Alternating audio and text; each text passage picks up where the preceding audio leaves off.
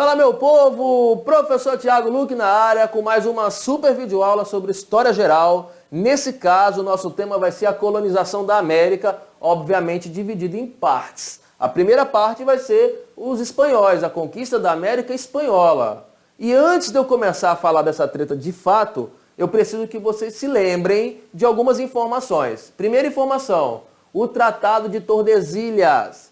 Tá ligado que o continente americano ele foi dividido em 1494 pelo Tratado de Tordesilhas, né? Portugal e Espanha dividiram aí, ficou um pedaço da América para a Espanha, tá ligado? Lá da América do Norte, descendo aqui pelo México, América Central, América Andina, Colômbia, Venezuela, Equador, Bolívia, Paraguai, Uruguai, Argentina, enfim, América Espanhola. E do lado de cá, uma grande parte do litoral brasileiro, que hoje é o litoral brasileiro, era a América Portuguesa, né? Lembrando que os espanhóis foram os primeiros a chegarem no continente americano, em 1492, quando o navegador italiano Cristóvão Colombo, navegando sobre bandeira espanhola, descobriu a América. Na verdade, ele morreu pensando que chegou na Índia, né? Ele vai morrer ainda pensando que chegou na Índia, tanto é que vai chamar os habitantes daqui de índio por causa disso, né? Mas só que o Colombo ele descobre, ele é o primeiro espanhol, primeiro europeu oficialmente a vir aqui, e aí a América ela passa a ser dividida entre Portugal e Espanha. O Portugal estava nas navegações bem mais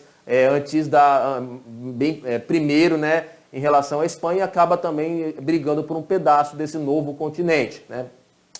Ainda sobre a Espanha, nós temos que lembrar dessa treta aqui, ó, o Pacto Colonial, né? A Espanha, nesse caso, ela é a metrópole e a América, o lado espanhol da América, é a colônia, ou seja, a Espanha ela é proprietária da parte dela da América, a colônia ela deve satisfação à metrópole, né? A colonização espanhola teve como seus principais objetivos a obtenção de terras para a exploração de metais preciosos.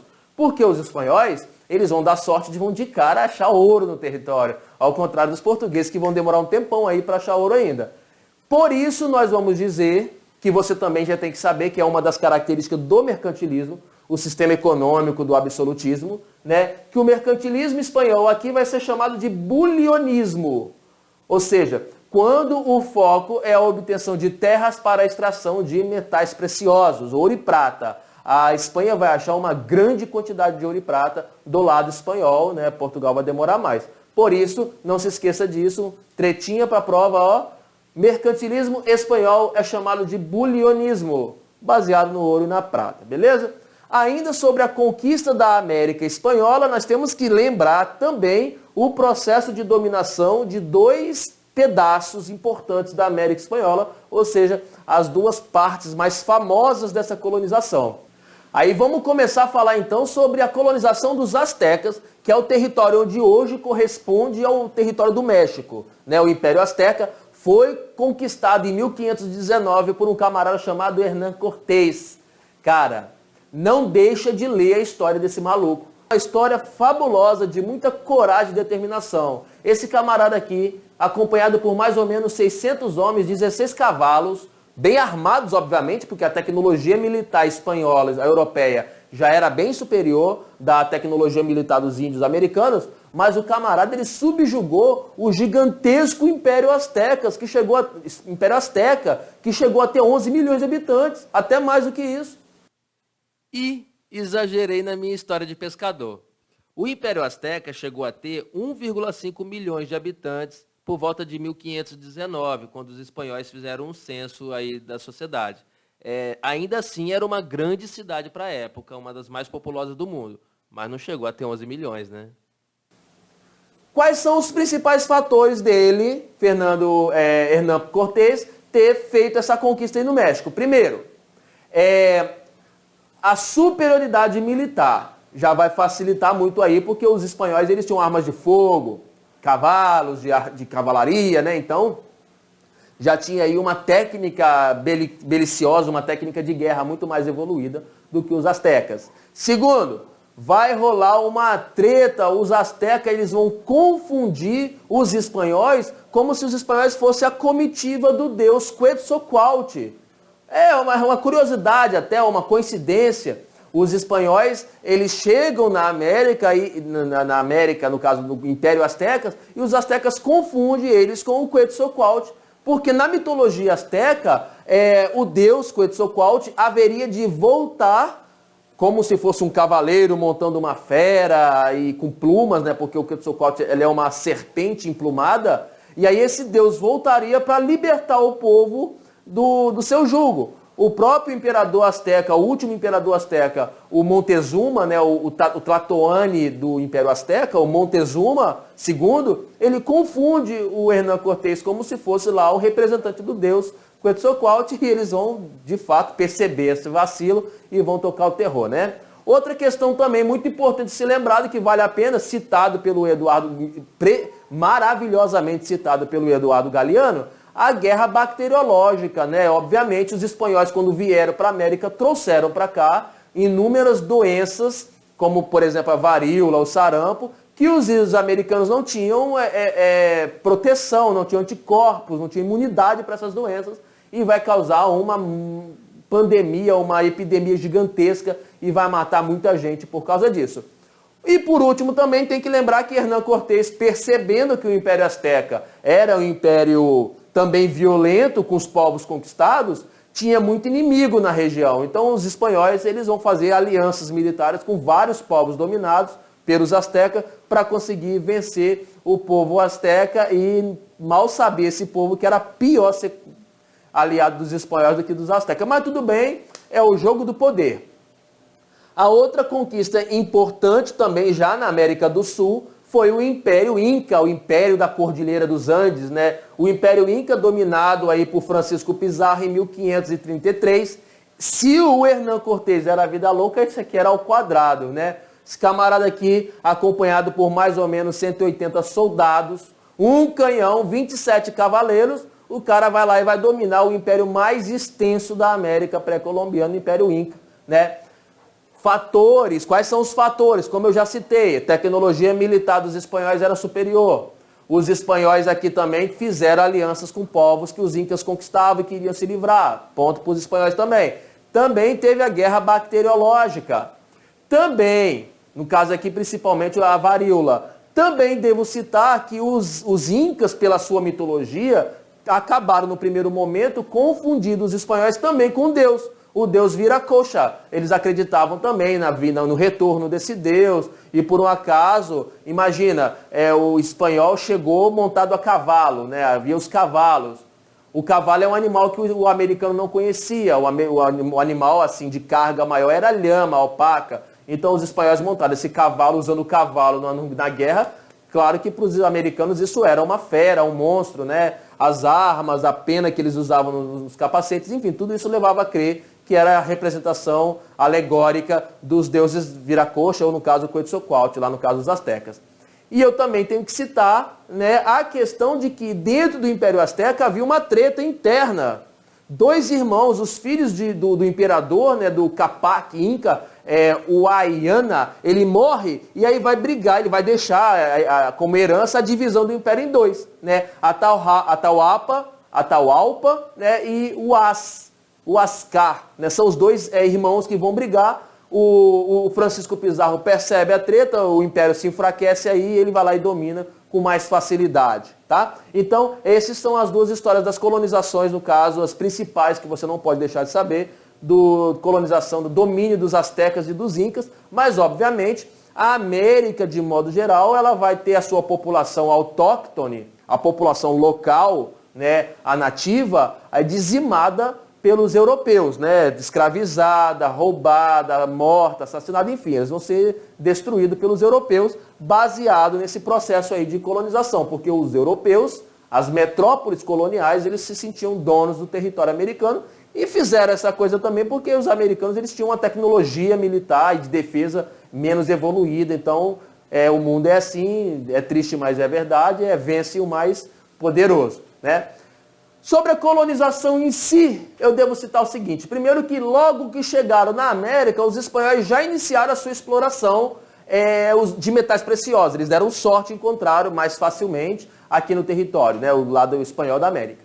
Na exploração das minas, utilizando predominantemente o sistema de trabalho chamado mita e encomenda, né? Vamos lá, os principais tipos de trabalho utilizados aqui na América, vamos começar a falar da mita. A mita, ela já era um costume antigo, um costume inca. Os incas já praticavam a mita, né? Periodicamente, os homens e mulheres dos territórios conquistados pelos incas deveriam prestar trabalho para o império, né? Ou seja, é como se fosse um imposto pago com mão de obra, né? É um trabalho compulsório, ele é forçado, não é característico da escravidão clássica, mas também é um sistema de trabalho forçado, aonde o povo conquistado precisa trocar mão de obra, pagar o seu imposto na forma de mão de obra, lembrando que em alguns casos a mita também poderia ser até remunerada. E ela era determinado período, né? Não é, o cara não trabalharia para sempre para o conquistador, eles realizariam um trabalho. Já a encomenda é muito mais legal, né? Por quê? Os proprietários rurais recebiam do governo permissão, né, para utilizar a mão de obra local, ou seja, o espanhol ele capturava esse indígena, esse local, esse povo autóctone e trocava com ele, ou seja, colocava um nativo para trabalhar para ele em troca de proteção, catequização, alfabetização, né, uma troca muito justa. Você vai se ferrar trabalhando para o espanhol em troca do senhor, ou seja, da catequização, né?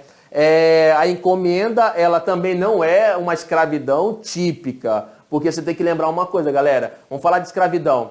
A escravidão é um sistema de trabalho onde uma pessoa ela é propriedade da outra pessoa, ou seja, há ali uma relação de propriedade.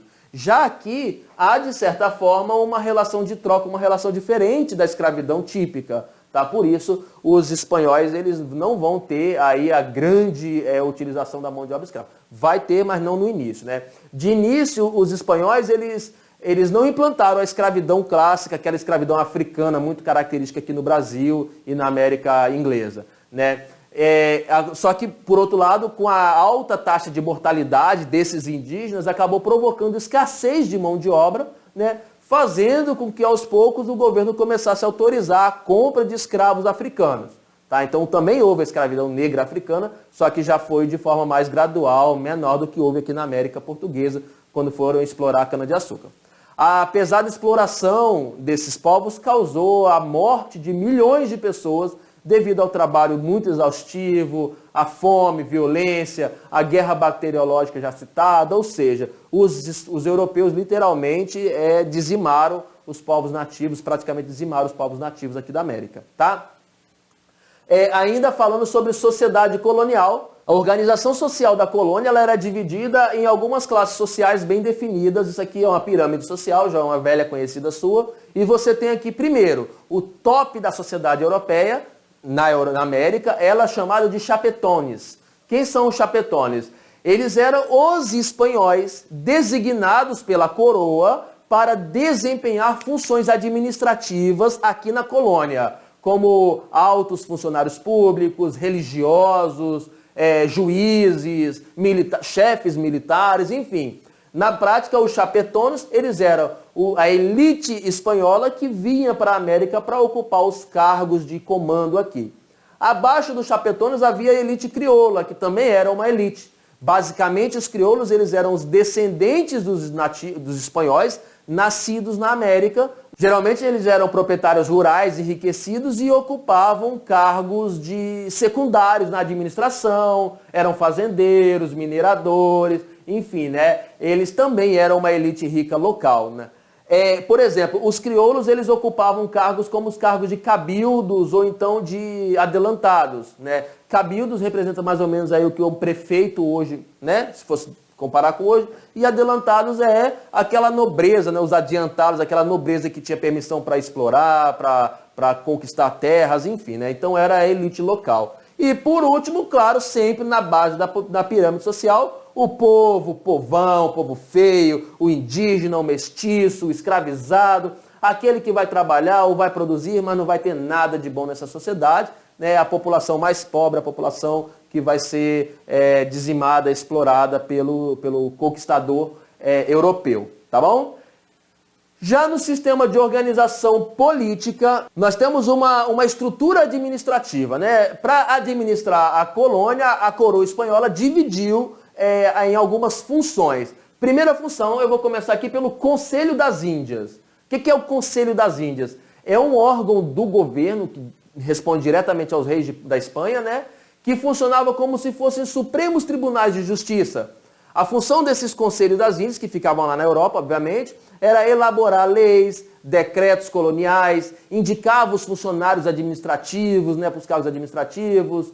Enfim, ele fazia toda essa gestão administrativa de lá, da colônia, da metrópole. Havia aqui nas colônias, por exemplo, e também lá, né, uma ponte de ligação entre colônia e metrópole, as casas de contratação, que fiscalizava o comércio entre a colônia e a metrópole, arrecadava os impostos para enviar, enfim, né? É como se fosse o ponto de apoio aí que fazia ligação entre colônia e metrópole, é chamado de casas de contratação, né? Nas colônias, os tribunais de justiça, aqui na colônia em si, eles eram conhecidos como audiências, o fórum, de outras palavras, né? O órgão de justiça na colônia.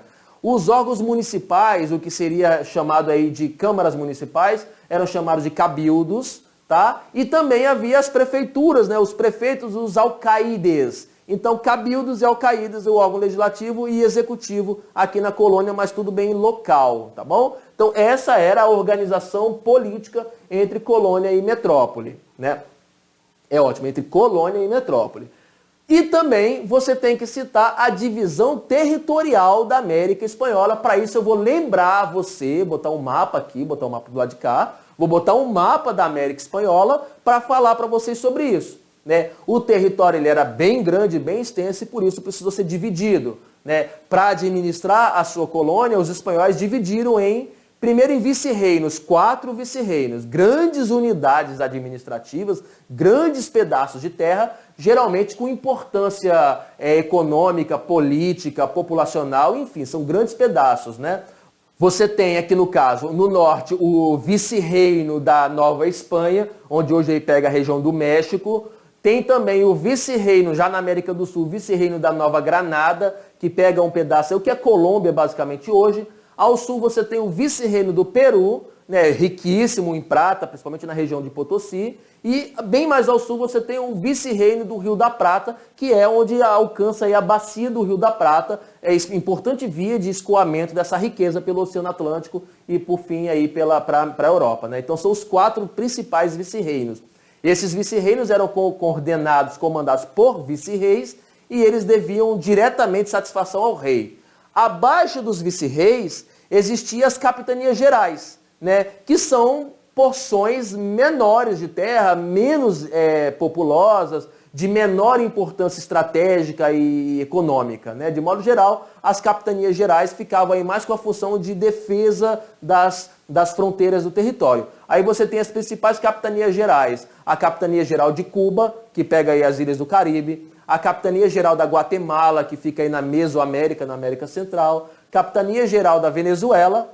A Capitania Geral do Chile, que são aí pontos, observa aí no mapa que você vê como pontos estratégicos de cantos, né, de marcas, de fronteiras, né?